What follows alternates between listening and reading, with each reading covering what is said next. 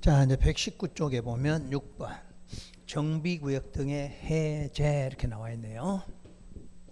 거기다가 별표를 하세요. 해제에다. 혹시 우리 기억나는 거 있까 볼까요? 도시개발구역이 지정됐다가 해제가 되면 어떻게 했었죠? 그렇지. 환원, 폐지된다 이렇게 나왔었지. 근데 도시개발법만 폐지가 나와. 나머지는 그 전부 그냥 환원된다 이런 식으로 나와요. 그런데 이제 문제가 여기가 뭐냐면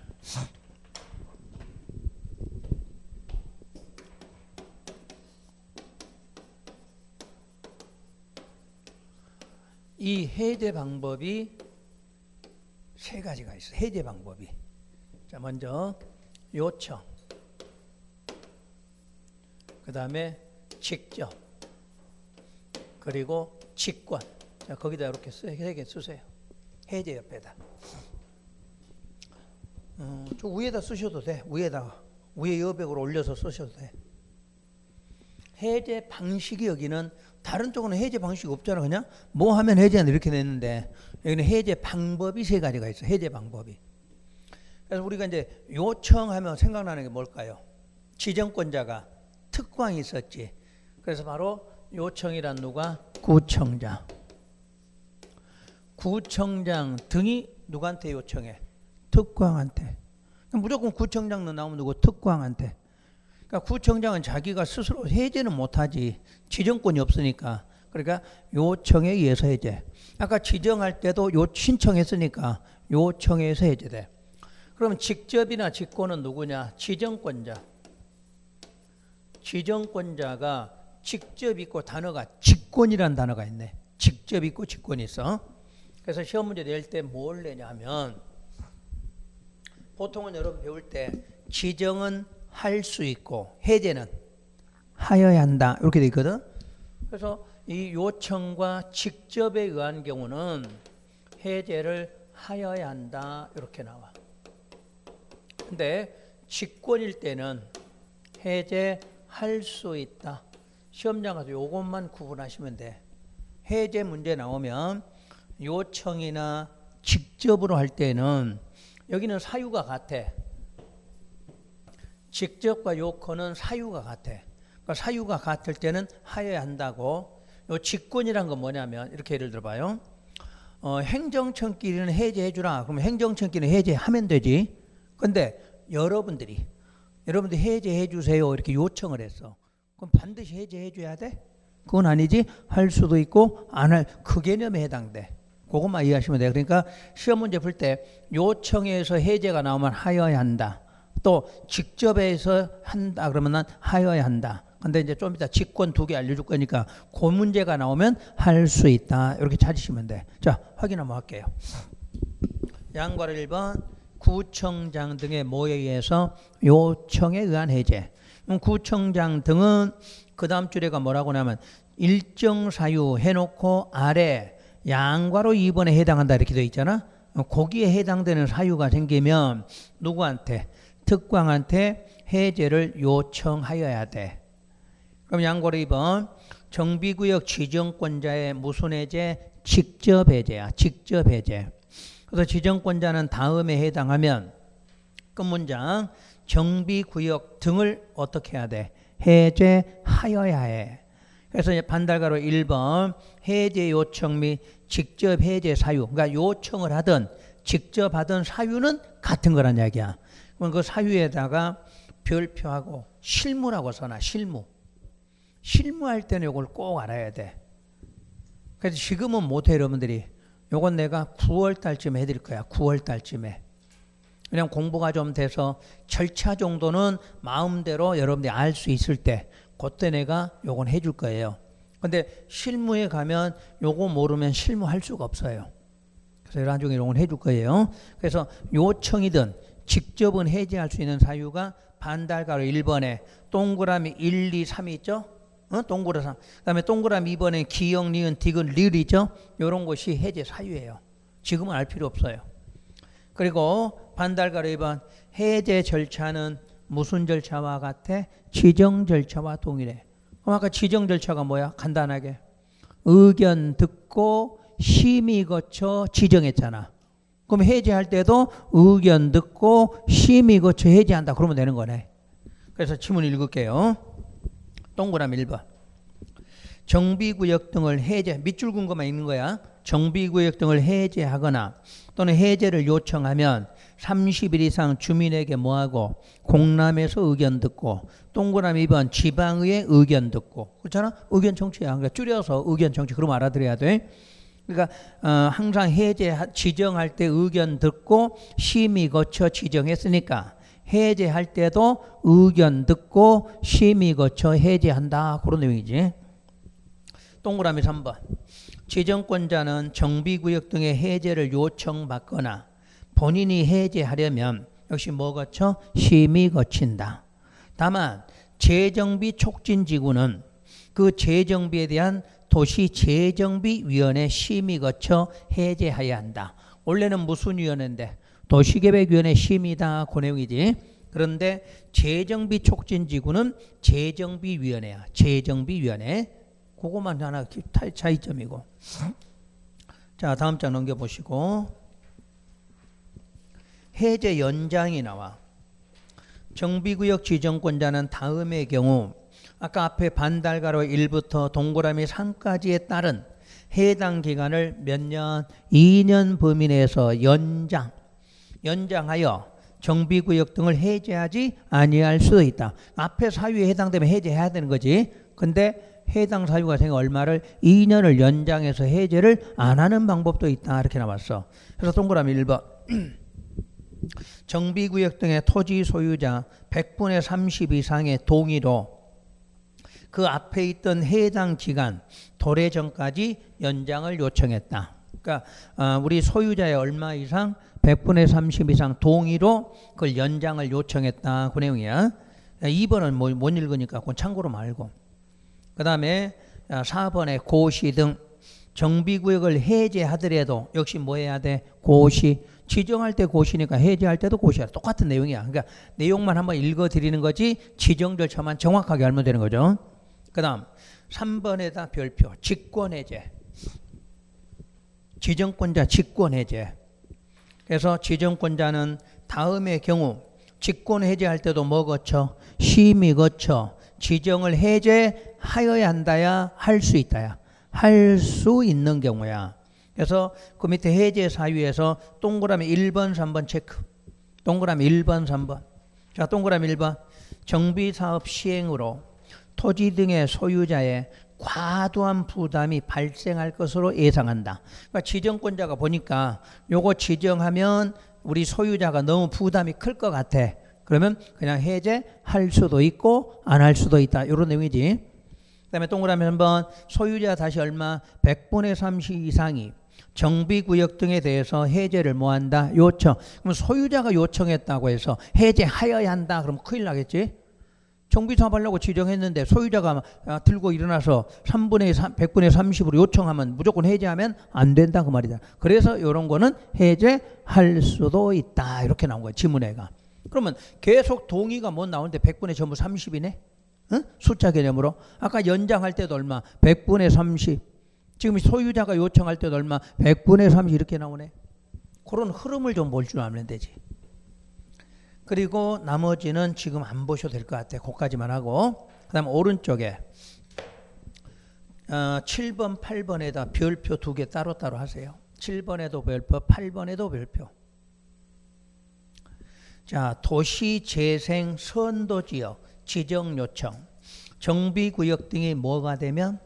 해제가 되면 지정권자는 해제된 정비구역을 법 이름 빼고 그 다음 줄 도시재생 선도지역으로 지정하도록 국토부 장관에게 뭐한다? 요청할 수가 있어. 그러니까 정비구역 해제된 부분에 대해서 자 도시재생 선도지역으로 지정해 달라고 누구한테? 국장한테 요청할 수가 있어. 8번은 이제 그동안에 배운 해제 효력이에요. 1번 정비구역 등이 해제가 되면 그 다음 줄 정비구역 지정 이전의 상태로 뭐 된 거? 환원된 것으로 본다. 이거는 공통이지. 국토계획법이든 도시개발법이든 도시정비법이든 지정한 것이 뭐 됐다? 해제되면 무조건 뭐 된다? 환원된 것으로 본다. 그 대신에 도시개발법은 환원 말고 뭐도 폐지라는 단어가 하나 더 있었지? 폐지가. 동그라미 2번. 그러면 정비구역 등이 첫 줄 끝에 해제가 되면 그 다음 줄 지정권자는 해제된 정비구역 등을 그 다음 줄 현지 개량 방법으로 시행하는 주거환경 개선구역으로 지정할 수도 있다. 그러니까 정비구역이 해제됐는데 그 해제된 정비구역이 무슨 사업이 시행된다면 현지 개량 방법으로 시행할 수 있는 무슨 구역? 주거환경 개선구역으로 지정할 수도 있다. 그래서 해제 내용이 상당히 많아. 다른 법보다. 그래서 해제 부분은 거의 시험에 나오는 쪽으로 공부하시면 되지. 그 다음에 9번. 정비구역 안에 개발행위예요. 그럼 개발행위 그럼 가지수 몇 가지? 7가지 그러면 되나요? 국토계획법은 5가지잖아. 도시개발법부터 하위법부터는 7가지잖아. 쪼개진다고 그랬지. 건축물 건축과 공작물 설치가 쪼개진다. 그럼 6가지고 하나가 신설된다. 마지막 뭐? 중목, 벌채, 식재잖아. 그거는 이해되셨지? 그럼 지금부터 구분할 게 하나 있어. 동그라미 1번. 건축물의 건축과 용도 변경이네. 그럼 혹시 도시개발법은 뭐였지? 대수선이 있었어. 대수선이. 도시개발법은 이건 대수선 없고 바로 용도 변경이지. 그거 좀 구분하라는 얘기야. 한번 넘겨봐. 여러분들 확인을 해야지. 그냥 적기만 말고 이걸 확인해 보는 게 좋을 것 같아. 여러분들 교재가 몇 페이지 나오냐면 찾아드릴게. 페이지 83쪽. 83쪽에 양괄호 3번. 위에서 5번에 양괄호 3번. 1번에 동그라미를 뭐라고 나와? 건축물의 건축과 대수선 용도 변경이 대수선. 근데 정비구역엔 대수선이 있어 없어? 없지. 그거 하나 구분하시면 돼. 가설건축물 요거는 시험에 낼 거 아니잖아. 그냥 크게 보면 건축, 대수선, 용도 변경은 도시개발법이지. 정비구역은 건축물의 건축, 대수선 없이 뭐야? 용도 변경이지. 그 차이점이요. 이해되셨나? 그러면 됐어 뭐. 그렇게 한번 비교를 하고 어디에는 있고 어디에 없고 요걸 구분하시면 되지. 자, 그럼 다시 121로 와서 나머지는 같아. 그리고 6번에 봐요. 3번. 공유수면 매립도 뭐에 해당해? 토지형질병. 이건 똑같이 배웠잖아. 그 다음에 동그라미 6번. 물건 쌓아놓아. 근데 물건을 쌓아놓는데 거기 답이 있어. 이동이 쉽지 아니한 물건을 1개월 이상 쌓아놓는 거야. 그럼 물건 이동이 쉬운 건 어떻게 돼? 허가받을 필요 없는 거지. 그것도 시험에서 내는 거 아니야. 자, 그럼 7가지고 위에 올라가 봐. 그러면 개발행위 허가는 정비구역에서는 다음 7가지 행위를 할 때 누구한테 허가받아? 시장, 군수 등이지. 지금까지는 누구였어? 특광, 시장, 군수였지. 차이점이 거기서 나와. 다 특광, 시장, 군수인데 여기는 시장, 군수 등으로 돼 있잖아. 그거 하나 차이. 그 다음에 양괄호 4번 경과조치. 이제는 여러분 읽어서 한번 해결해봐. 이게 왜 경과조치에 해당하는가? 응? 당시 이미 착수했으면 계속하면 되는 거죠. 근데 당시 앞에가 무슨 구역 들어가 있어? 정비구역 들어갔잖아. 그러면 신고해야 되겠지? 신고가 며칠? 30일. 딱 답 나오잖아. 이제는 이런 게 여러분 시험에 꼭꼭 나오는 거야. 뭐가 나올지는 몰라. 기득권 보호는. 그래서 우리가 첫 시간에 한 번에 설명해 준 거 있죠. 그런 거를 자꾸 연습을 하셔야 돼. 그 다음 정비 예정구역이네. 5번 번호가 정비구역이 아니라 정비 뭐? 예정구역. 예정구역에도 개발행위에 제한이 나왔어. 그러면 그냥 구분하시면 돼. 아까는 무슨 구역이야? 9번은 1번은 정비구역이지. 정비구역.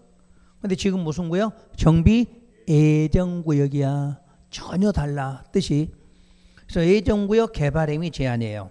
그래서 여기는 행위가 제한되는 게 2가지야. 위에는 몇 가지? 7가지. 예정구역은 두 가지만 제한이 돼. 그렇게 구분해야 돼. 자, 뒷장 넘겨봐요. 두 가지가 뭔가? 뭐하고 뭐? 건축물 건축과 토지 분할이네. 어? 그러면 이제 이해하셔야 돼. 시험장 가서도 시험 문제가 예정구역으로 출제가 된 건지 정비구역으로 출제된지 개념을 알아야 돼. 정비구역은 몇 개? 7개. 예정구역은 2개. 오케이? 그럼 왜 앞에서 2개가 제한되는가? 지금 정비구역에서는 7가지를 제한한 거지. 근데 예정이니까 무슨 계획이야? 기본이지. 예정구역이니까 여기서는 몇 개? 2개 이렇게 되는 거지. 요놈이 수립되면 무슨 구역? 예정구역이잖아. 예정구역. 그러니까 예정에서는 2개. 자, 정비구역에서는 7개. 그러면 예정에서는 왜? 투기 막으려면 2개를 제한한다는 얘기야. 무조건 투기가 뭐야? 땅 쪼개는 게 투기잖아. 토지 분할.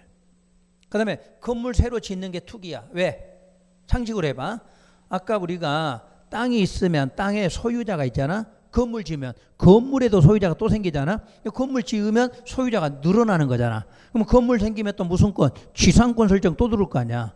그럼 계속 늘지. 그래서 막는 방법이 2가지 있어. 예정에서는 투기자가 들어가면 뭐하고 뭐를 막아야 된다? 건축물 건축과 토지 분할. 하여튼 투기 들어가면 분할이야. 분할. 어? 분할은 근데 시험에서 합병 나오면 맞아 틀려. 합병은 없지. 합하는 건 투기가 아니잖아. 행위 제한이 안 되잖아. 2개 있다 1개로 합해지는데 무슨 제한 받을 일이 없지. 근데 시험에서 합병을 낸 거 아니야 또. 응? 그러니까 분할했으니까 합병 생각해서 낸 거 아니야. 자, 그러면 이제 개념부터 잡아요. 정비구역은 행위 제한이 몇 가지를 받아? 7가지 정상으로 받는 거야. 근데 무슨 구역이면 예정은 아직 지정되기 전에도 몇 가지는 2가지 받아. 왜? 그러면 투기. 응? 우리가 예정구역 지정돼 개분계 예정구역이니까 곧바로 정비구역 지정할 거 아니야. 그럼 그때 투기 들어올 거 아니야. 그럼 투기 막으려면 2가지를 제한시켜라. 이렇게 나온 거지. 개념을 이해하면 금방 쉬워져. 그럼 앞으로 가봐요. 앞에 밑에 가면 거기에다가 행위 개발 행위의 제한 옆에다 페이지 62 참조 이렇게 써봐요. 앞에 양보로 5번 예정구역 개발 행위 제한 잘했나요? 저 페이지를 먼저 페이지 몇 페이지? 62 참조 쓰고 넘겨봐 한번. 그 62 넘기면 뭐 나와? 개발행위 제한 나오잖아. 거기도 없어요? 있어? 62에 무슨 제한이야? 개발행위 허가 제한이잖아. 거기도 개발행위 허가 제한. 그러니까 여기도 개발행위를 뭐한다? 제한해. 허가 제한 지역이 여기도 개발행위 허가 제한 지역이야. 어? 그 같은 개념이요. 제한은 모든 절차가 어떻게 나와? 지정하고 똑같잖아. 심의 거쳐 지정, 심의 거쳐 제한. 앞에 의견 정치 있고 이렇게 돼 있잖아.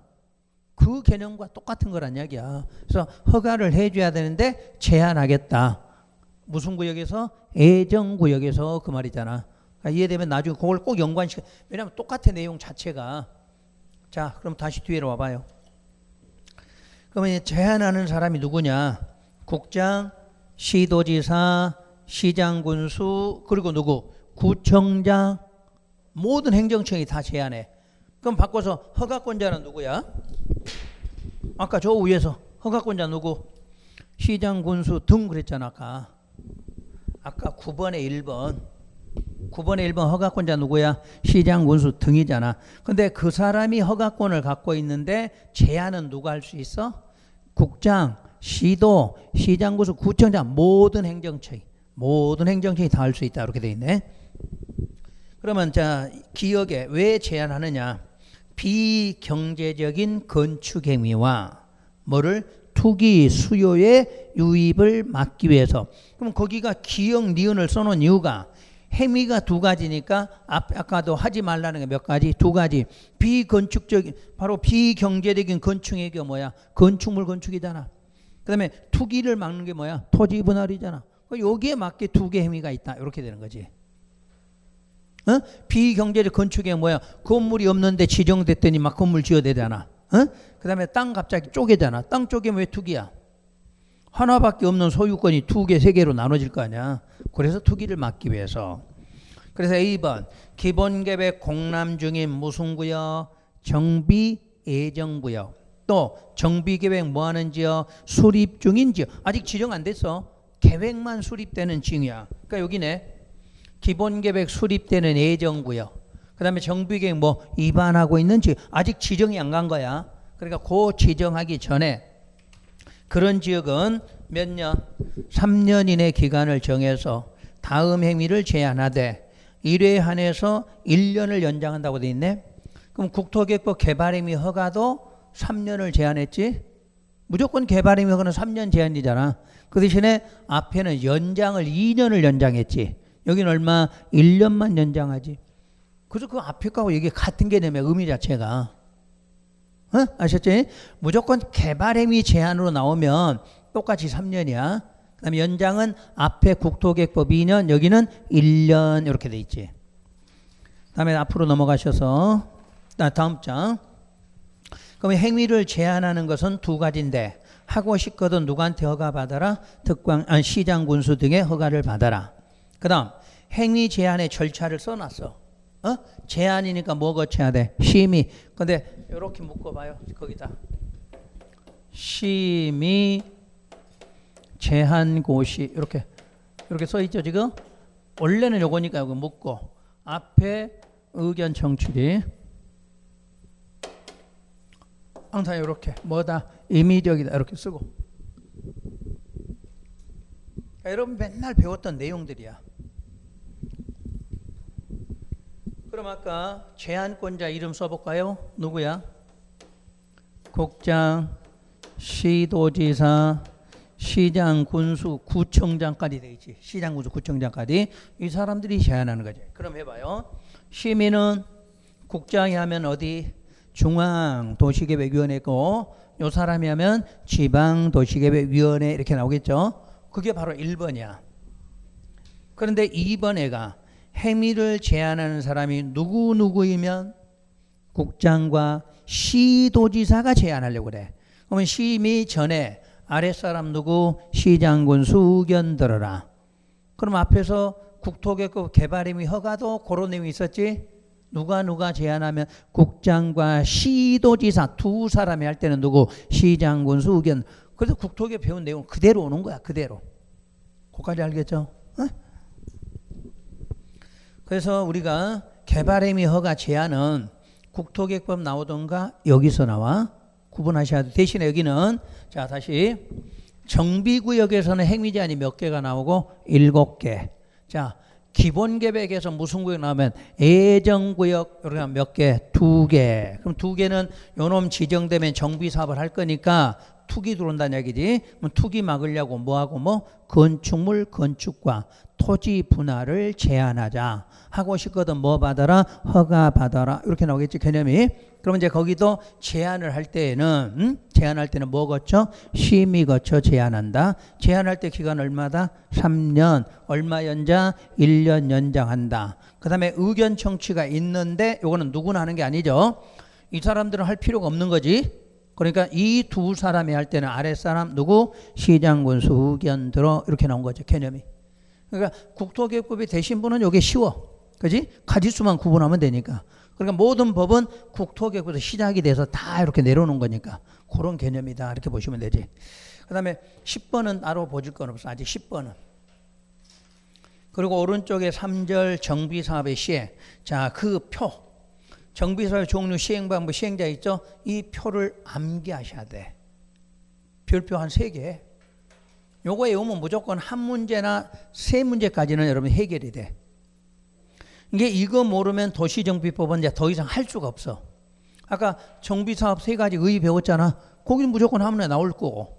그 다음에 시행 방법과 시행자가 나와. 요거를 공부가 되면 그 뒷페이지를 넘어가도 알아들어 이제. 요게 안 되면 뒷페이지는 하면 무슨 말인지 무슨 방식인지 알 수가 없는 거지. 그게 공부 방법이에요. 그러면 외우는 방법을 설명을 해드릴 거니까. 내가 외우는 거는 별로 이야기 안 하는데 요거는 암기를 해야 돼.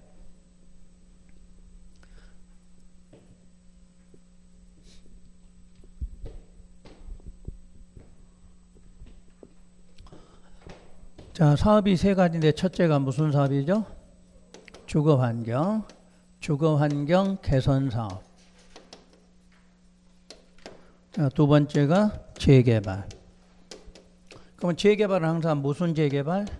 주택과 상가 재개발. 요거 기억하시고. 세 번째가 재건축. 그래서 의의는 생략할게요. 응? 아까 의의는 한번 했으니까 시행 방법부터 바로 들어갈게요. 주거 환경은 항상 공공이라고 그랬거든 아까. 그죠? 공공. 요 두 개는 민간이지. 그럼 민간하면 누구하고 누가 나와요? 그렇지. 조합. 그리고 토지 등의 소유자가 나와. 그런데 이 토지 등의 소유자는 딱 한 군데밖에 써먹을 데가 없어. 여기서만 나와야 돼. 어? 재건축하고 일반 재개발에는 소유자가 없어. 그러니까 만약에 시험에서 토지 등의 소유자가 시행한다 그럼 무조건 뭐 상가 재개발 이렇게 떠올리면 돼. 상가.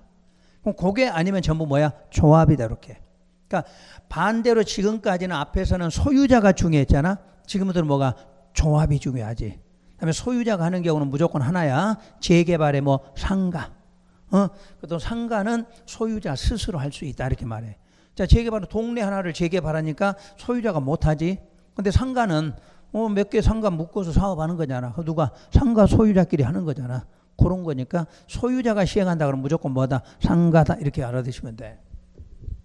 그럼 공공으로 하기 위한 방법에는 몇 가지가 있냐면 5가지 방법이 있어요. 그게 바로 현지 계량이야. 현지 계량 방법. 여러분 현지라는 말이 무슨 말이야? 현지. 거기 현재 살고 있는 사람. 현지인 그러잖아. 현지인. 그 현지야. 그러면 현재 소유자가 건설은 못하고 뭐만? 계량만. 왜? 아까 못 사는 동네 그랬잖아. 못 사는 동네. 못 사는 사람한테 너 치워라? 그럼 치울 일이 어디 있어? 먹고 살기 바쁜데. 그러니까 이제 어떻게 하냐면 시행자들이 여기서 시행자는 누구야? 공공이지? 그러니까 너무 저 동네는 못 사는 동네야. 그러니까 달동네니까 도로도 시행자가 넓혀주는 거지. 그럼 네 집은 어떻게 하라? 계량만 하란 얘기야. 건설이 아니라 뭐만? 계량만. 그래서 현지 계량 이렇게 말해. 자, 여러분 책을 한번 읽어봐요. 그 시행방법 동그라미 1번. 시행자가 그러면 거기 시행자가 누구야? 공공이란 얘기야. 공공시행자가 정비구역에 정비 기반 시설을 새로 어떻게 해줘? 설치 확대를 해줘. 그러면 소유자는 스스로 주택을 뭐만 하면 돼? 보전, 정비, 개량만 해. 그걸 우리가 용어상으로 뭐라고 불러? 현지 개량 방법이다. 이렇게 부른다는 얘기야. 응? 앞으로 현지 개량하면 시행자가 만들어줘서 시설 같은 거는. 근데 우리는 지을 수는 없으니까 뭐만? 개량을 하자. 보전, 정비, 개량. 그거고. 두 번째가 시행자가 정비구역 전부 일부를 뭐 했어? 수용해서 뺏어갔어. 뺏어다가 기역에 주택을 건설한 후에 토지 등의 소유자에게 우선 공급한다고 그랬네. 그러면 사전에 현금 보상이 아니네. 그지? 사후 현물이네. 뺏어다가 주택 지어서 준다고 그랬잖아. 그런 말을 알아들어야 돼. 우리가 무조건 수용은 원칙이 사전에 현금 보상 이렇게 되잖아. 이거는 내가 수용해놓고 거기다 뭐 주택을 지어서 공급한다고 그랬네. 그러니까 사후 현물 방식이 되겠네. 그 다음에 니은에 대지를 소유자 또는 소유자 외의자에게도 뭐 할 수 있다? 공급하는 방법도 있다. 그러니까 주택을 건설해서 주는 방법도 있고 뭘로? 땅으로 그냥 주는 방법도 있다는 이야기야. 오케이? 두 가지. 수용하면 뭐로 주고 주택으로 주는 방법 아니면 뭐 토지로 대지로 주는 방법. 일률적으로 아파트 주지 말고 나는 내가 단독 살고 싶어. 그럼 땅 주란 얘기야. 내가 단독 짓고 살면 되는 거지. 그런 방법도 있어. 그걸 줄여서 우리는 앞으로 수용 방법 그래. 세 번째는 환지 방법 배웠죠? 그리고 오늘 배울 게 네 번째가 주택 무슨 계획? 관리처분 계획. 관리처분 계획으로 주택 부대 복리 시설을 건설 공급하는 방법을 무슨 방법? 관리처분 방법이라고 그래. 오늘 배울 게 관리처분 방법이에요. 그리고 마지막 다섯 번째 뭐 있다? 혼용. 그래서 앞으로 혼용자가 들어가면 무조건 무슨 사업? 주거환경 개선. 여기만 혼용자가 들어가. 다른 데는 혼용이 없어. 그럼 여기다 적어볼게요. 1번이 현지 계량, 2번이 뭐 수용, 세 번째 환지, 네 번째 관리 처분 방법. 이렇게 해서 네 가지. 그 다음에 요거 전부 합하는 무슨 방식? 혼용. 최근 5가지로 써준 이유가 그거예요. 그러니까 혼용이라는 말을 어디서만 써? 주거 환경. 그러면 이제 다음 장 넘겨보세요. 재개발. 재개발은 관리 처분 계획하고, 관리 처분 나와 있고, 뭐 또 무슨 방법? 환지 2개 있네. 여기는 관리 처분 방법하고 환지 방법 2개밖에 없고, 자, 재건축은 무슨 방법? 관리 처분 방법 1개밖에 없네. 그럼 시험 문제 답 나왔네. 기준이 뭐냐? 기준이 2개야. 요걸 묻는 게 기본이야. 환지하고 공급, 관리 처분이 동시에 있는 게 어디하고 어디야? 주거 환경과 재개발이야. 재건축에는 환지가 없어. 그럼 머릿속으로 생각해봐. 여러분들 아파트 재건축했어. 아파트 재건축 뭘로 줘? 아파트로 주지. 땅 주는 거 없잖아. 그럼 환지 방식이 없는 거잖아. 그러면 상식을 연상시켜야 돼. 그럼 나머지 재개발 쪽은 어떻게 땅도 준다는 얘기야? 자, 동네 재개발하잖아. 그럼 나는 아파트 안 받아. 그럼 땅으로 주는 거지. 그래서 항상 2가지는 관리하고 환지가 2가지는 어디하고 어디에 있어? 주거 환경하고 재개발이야. 재건축은 아파트 주는 거니까 환지가 없다. 이렇게 기억하시면 돼. 자, 이제 출제되는 게 뭐가 있는가 잘 봐요. 관리 처분 계획이 나오면 항상 주택이 나오죠. 주택 나오면 뭐 나와? 부대 복리시설이 나와. 바로 이 주택이 뭐야? 아파트란 이야기야. 아파트일 때 항상 뒤에가 뭐 나와? 부대 복리 이렇게 나온다는 이야기야. 그럼 여기 관리 처분 주택 부대 복리 나오겠죠? 관리 처분이니까. 그럼 여기 봐요. 그럼 여기도 주택 부대 복리 나오면 될까 안 될까? 안 돼. 여기는 건축물이라고 나온다. 요게 시험 문제야. 왜 주택이라고 하면 안 될까? 저 답은 앞에 있어. 그럼 주택도 있고 뭐 상가잖아. 그러니까 주택이라고 표현하면 안 된다 그 말이지. 에? 그래서 그때는 건축물. 그럼 건축물이면 주택도 있고 상가 구분이 돼. 저거 시험에 낸다니까. 그러니까 관리 처분은 기본이 뭐야? 주택 부대 복리가 나오는데 재개발만큼은 주택이라고 쓰면 안 돼. 이유는 주택도 있고 상가도 있으니까. 이렇게 되겠네. 되나요? 이런 걸 시험에 찾아내야 되는 거야. 그 다음 재건축에는요 뭐도 있어? 오피스텔 관리 처분에서 요게 들어오는 건 뭐다? 재건축이야. 있나요? 있어 재건축이? 재건축에 오피스텔 있죠? 그럼 이제 여러분 책에는 혹시 그 오피스텔 밑에 다만하고 괄호 있죠? 그거 안 봐도 돼. 써놓은 것 뿐이니까 실무에 가서는 확인해야 돼. 근데 지금은 안 봐도 돼. 공부할 때는. 괄호 묶어진 거 다만부터 한 6번째 줄에 가면 한정됐다 괄호 닫혀 있잖아. 그걸 X표로 해놔. 아예 X표. 공부할 때는 보지 말자. 이렇게 써놓으란 얘기야. 그러면 이제 오피스텔에 나올 거야. 그럼 오피스텔에 나올 수 있는 지역은 어디에서 나온다? 준주거 어디 상업에서만. 요거는 미리 배웠지. 우리 주거적 배울 때 준주거가 뭐야? 준이 주거, 상업, 업무 이렇게 돼 있잖아. 그래서 그때는 내가 오피스텔, 주상복합 이렇게 말했잖아. 그러니까 공법에서는 오피스텔이 나오는 것은 어디서 어디야? 준주거, 상. 원래 상업이야. 근데 어디에는 준주거가 나와. 그러면 준주거 상업에서 오피스텔을 만드는데 전체 연면적 얼마 이하? 30% 이하로만 만들어. 이렇게 나오겠네. 밑에 있죠? 자, 시험 문제 나올 게 시행 방법은 요게 다야. 시행 방법은 이름 아는 거. 이름. 먼저 이름 알아야 되고 그 다음에가 이름을 알아야 되는데 관리 처분에서는 꼭 기억할 거. 관리 처분 원래는 어떻게 나와? 주택, 부대, 복리, 그걸 건설, 공급하는 이렇게 나와. 그런데 무슨 사업은? 재개발. 재개발은 항상 대우도 뭐가 있어? 주택과 상가가 있어. 그러니까 거기다는 주택이라고 안 하고 뭐 해야 돼? 건축물 이렇게 해야 돼.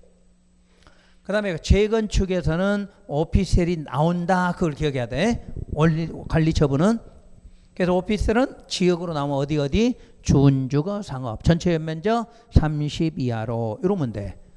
그러니까 시행 방법 내면 이렇게 해야 돼. 근데 요게 딱 머릿속에 있어야 돼. 자, 그러면 다시.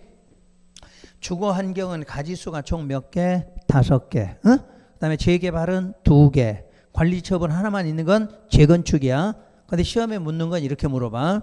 저대로 묻는 게 아니라 관리 처분과 환지 방식으로 할 수 있는 사업으로 묶어진 것 이렇게 되기도 해. 그럼 뭐하고 뭐 주거 환경 재개발로 찾으시면 되겠지. 이렇게 내고 또 이제 시험에 뭘 묻냐면 수용 방식으로 하는 건 무슨 사업? 주거 환경 하나밖에 없지. 또 현지 개량 그것도 뭐야? 주거 환경. 그다음에 혼용 그러면 그것도 주거 환경.